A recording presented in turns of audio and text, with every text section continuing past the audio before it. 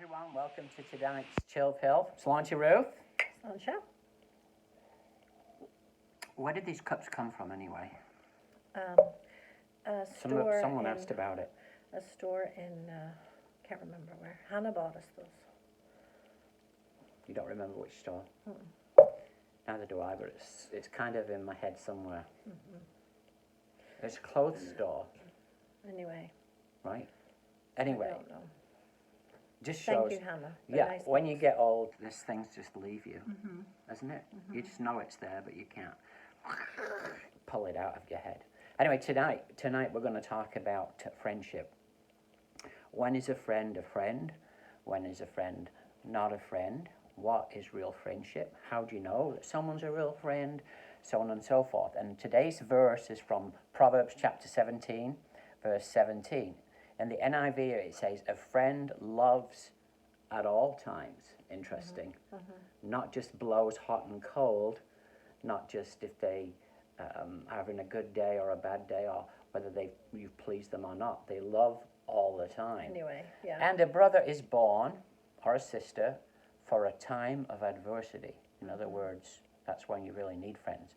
And another translation says, a friend is always loyal, and a brother is born to help in time of need. So let's jump into this. We just had our friends over. Sherry and Kim from Nashville. Yeah, then we've got a bunch of people like Sherry and Kim who, when you meet them, it's like you were just with them last week. You pick right up where you left off. There's an understanding. There's an ease there. You don't have to do any small talk. You're almost like right into it from where you left off because you've known them a long time. And sometimes time is a factor in that. You know, it's hard to call someone a true friend if you haven't known them for very long because you have to develop that kind of friendship over time. But I also think it's like you can tell a good friend when you don't have to explain yourself because it's kind of funny. Like when you meet people, even nice people that you've met recently or whatever, there's always that little bit of who are you and who am I and let's introduce and let's do you like me? Do you not like me? I'm just kind of wondering if I've given enough information or not too much. But with friends, it's like you said, you just keep going where you left off, and it doesn't even matter how many years have gone because you don't even have to talk to your friends really. I know that seems counterintuitive. But it's very true. They just still know you. And I think it's like what you're saying, it's what you've been through together. Like some of our friends from Bible college. Yeah. Don't mention people. Andrew and Elizabeth, hi. Don't. Barrett and Jim, hi. Stop. But people that have been through, you know, because we were all young and we had kids, some of us. And the one thing all of us had in common, we didn't have money. So we couldn't really afford to be at college, and we were trying to make ends meet and sharing ideas and laughing together, crying together. And those of us who had kids, our kids were growing up together. And it's like, you know, you can't put words on that kind of a relationship. It's just a lifelong friendship because of what you've been through together. And some of us, you know, some people even listening here have been through some terrible things in life.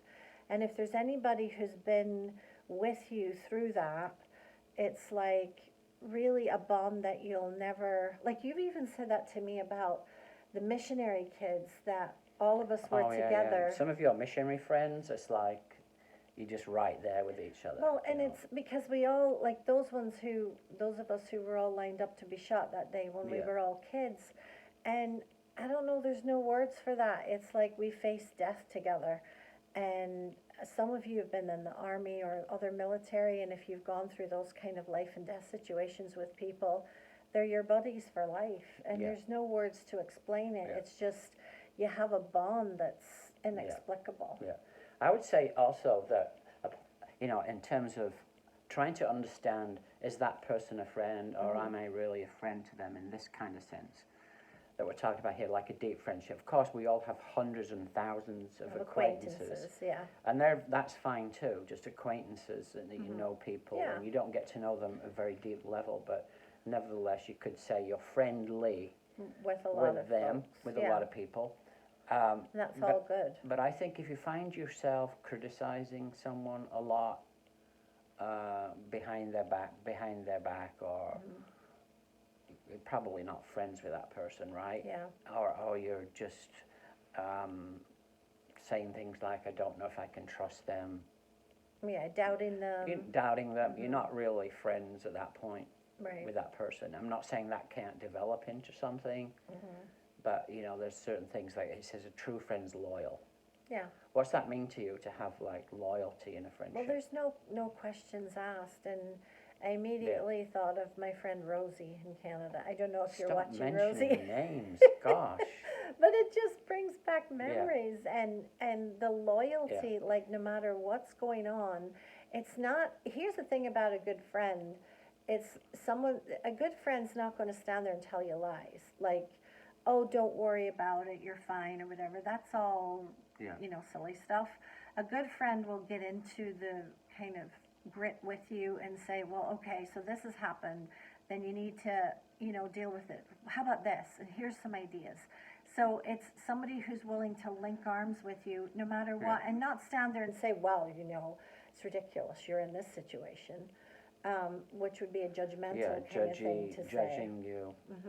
So I think it's like people who've had your back no matter what, and again, that doesn't mean that they keep telling you you're perfect, because again, that's not friendship, that's fake. It's fake. But like someone palaver. who's been truthful to you and said, yeah, well, you know what, you do need to maybe work on that a little bit, just like I do, or here's something I was thinking about, and you're just trying to improve each other and help each other too.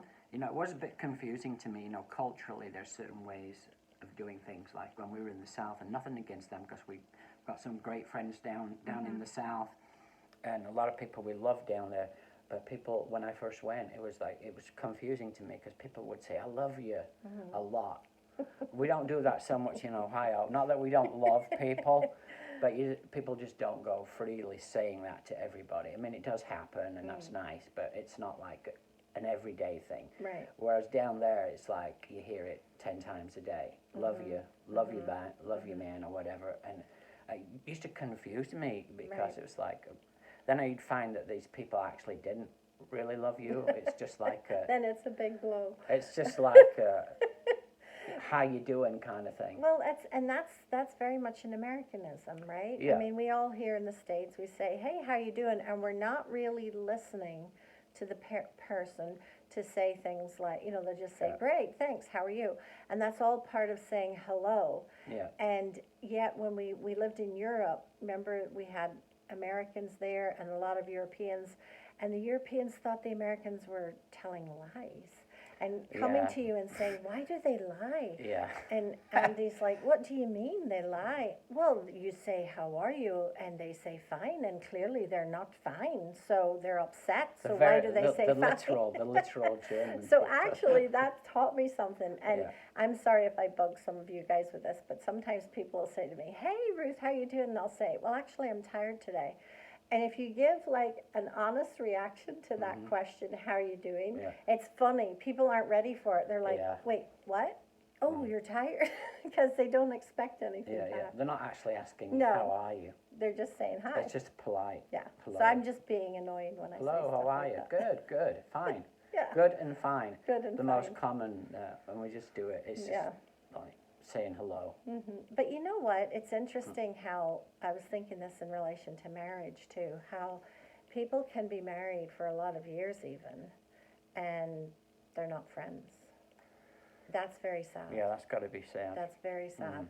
Like, they know how to live together, and they've done it for a while, but it's almost like they've not really entered into that whole zone of friendship, which actually costs something. Yeah. To become somebody's friend, you have to be willing to be vulnerable and let them be vulnerable, like we've talked about on these chill pills a lot, the vulnerability of life, and to be true and to be honest and still love one another. Yeah. And go through something with each other. That's a big part of a successful marriage, I think. What would you say to the person today who's listening and in their head they're saying, well, I don't have many real friends? What would you say? Yeah, I've heard that from people, and it's sad, but everyone's life situation is different. We all live in different places and have different circles of friends, and sometimes people work in very busy places, sometimes people work in isolated places, so they don't meet a lot of folk. So I'm not saying there's a record number of everyone should have at least this number of friends. It's not that. Yeah. But if you really are looking at your life and saying, I really don't have any friends, then I feel like maybe that's something to bring to God in prayer and ask God to show you how to become a friend to somebody else. Yeah. So not wait for it to happen to you, but maybe ask God for guidance, and then maybe be a friend, reach out to someone else who's maybe lonely and become a friend, and in that way gain a friend. Yeah. Yeah. What do you see as the biggest destroyer of friendships? I think just a lack of commitment. So selfishness. yeah, maybe I'm just too tired today for this, so I'll just say anything. So we get tired, we get fed up with something, or yeah, we get more involved in, oh, I'm having a busy day, I haven't time for this. So those kinds of things can interrupt a friendship, because the thing is, we never know when someone needs a friend, right? There's no schedule about it. It's just the way life happens. You almost give yourself to friends too. It's like, okay, I don't feel good, I might have a headache, I'm not feeling the best, but hey, I've committed to coming and spending time with you, I'm going to do it. Right. Unless, you're feeling really bad and there's something really serious, because good friends don't mind that cancelling out on each other, but some people always bail. Because maybe and don't lie to a friend. Like if someone's actually asking you a question, like, do you think I was wrong in this situation? Please just don't say, oh, no, you're fine. That's not being a friend. No. If someone is wrong, then we need to have the grace and strength from God to say, actually, yeah, I agree that you didn't really maybe handle that the right way. Here's a thought. What about this? And so it's not coming across judgmental, and maybe sometimes you can share, something similar happened to me, and I also didn't manage it very well, and here's what I learned from it. Yeah, that's a good point. Hey, we've talked enough. just to say that Sunday services in the Fayette area here. In the Fayette area, 10:30 service a.m., 10:30 a.m. You can also tune in online. And then there's only 3 more weeks now before we're actually going indoors. So the first Sunday in October, we're back indoors. So come on out, everybody. We're going to have room in the sanctuary. We're going to have room in the fellowship room. So we're spreading lots of out space more for everybody, so you'll feel comfortable. And for the women who've been coming to the Women in Health group on Tuesday evenings, we have 4 more. So plan to come to one, if not all 4 of those, the next 4 Tuesdays here at the church. And you guys are having a good time, I believe. Yeah, we're enjoying it. Hey, good seeing you. Pip, pip. Cheerio. Cheerio.